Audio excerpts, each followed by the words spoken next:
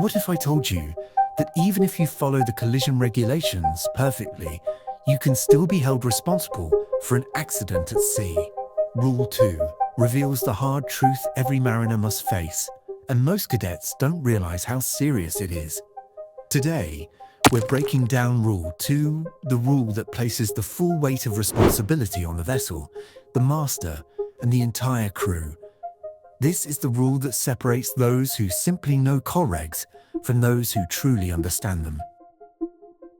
The Rule 2A states, "Nothing in these rules shall exonerate any vessel or the owner, master, or crew thereof from the consequences of any neglect to comply with these rules or of the neglect of any precaution, which may be required by the ordinary practice of seamen or by the special circumstances of the case."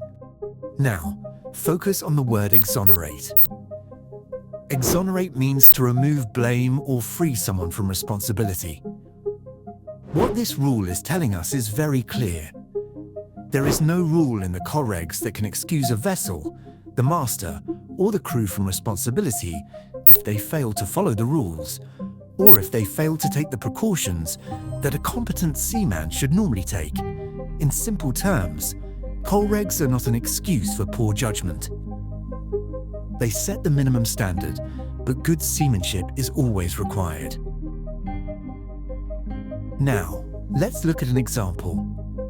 Imagine two cargo vessels proceeding at night in moderate traffic. According to the COLREGs, this is a crossing situation. Vessel A is the give-way vessel. Vessel B is the stand-on vessel. The officer of the watch on Vessel B knows that he is the stand-on vessel, so he decides to maintain course and speed, as required by the rules. However, Vessel A is not taking early action and is steadily closing in. Radar observations show a constant bearing with decreasing range, which clearly indicates a risk of collision. The officer of the watch on Vessel B notices this, but he says, "We are the stand-on vessel. The other ship must give way." Because of this mindset, no avoiding action is taken. Eventually, the two vessels collide. So, what is the result? Vessel A, the give-way vessel, will be held responsible for failing to take early and substantial action to keep clear. But Vessel B, even though it was the stand-on vessel, will also face consequences. Why? Because when the risk of collision became obvious, the officer neglected the precautions required by good seamanship and the special circumstances of the situation. This is exactly what Rule 2 is about. Being the stand-on vessel does not remove responsibility. Being right under the rules does not mean you are safe. At sea, safety always comes first, and good seamanship overrides entitlement. The Rule 2B states, "In construing and complying with these rules, due regard shall be had to all dangers of navigation and collision, and to any special circumstances, including the limitations of the vessels involved, which may make a departure from these rules necessary to avoid immediate danger."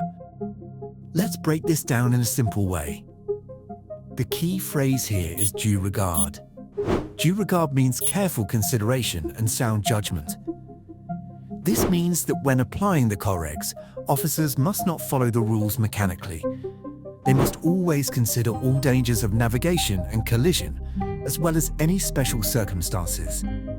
The rule also mentions the limitations of the vessels involved. These limitations may include reduced maneuverability, large turning radius, draft restrictions, or delayed engine response.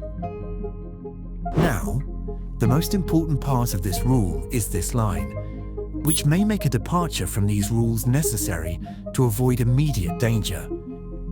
This does not give permission to ignore the COLREGs. It means that in exceptional situations, a temporary departure from the normal application of the rules may be required to prevent an immediate danger.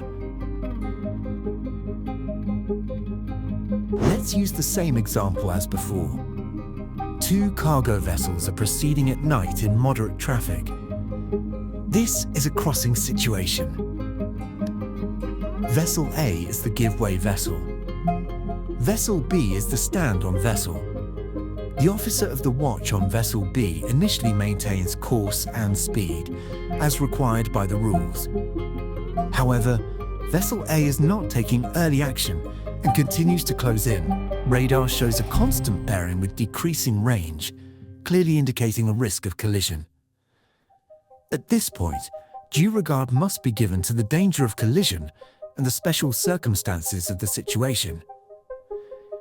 If Vessel B continues to strictly follow the stand-on rule without considering the developing danger, a collision becomes unavoidable. Under Rule 2B, Vessel B may need to depart from the normal application of the rules, for example, by making an early and decisive maneuver in order to avoid immediate danger, even though it is the stand-on vessel.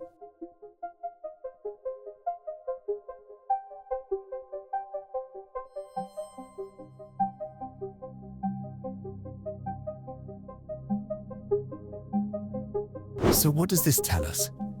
COLREGs are not absolute commands without judgment. Special circumstances can justify a departure from the rules, but only to avoid immediate danger. To summarize, Rule 2B allows flexibility, but not carelessness. You may depart from the rules only when safety demands it, and only to prevent an immediate collision,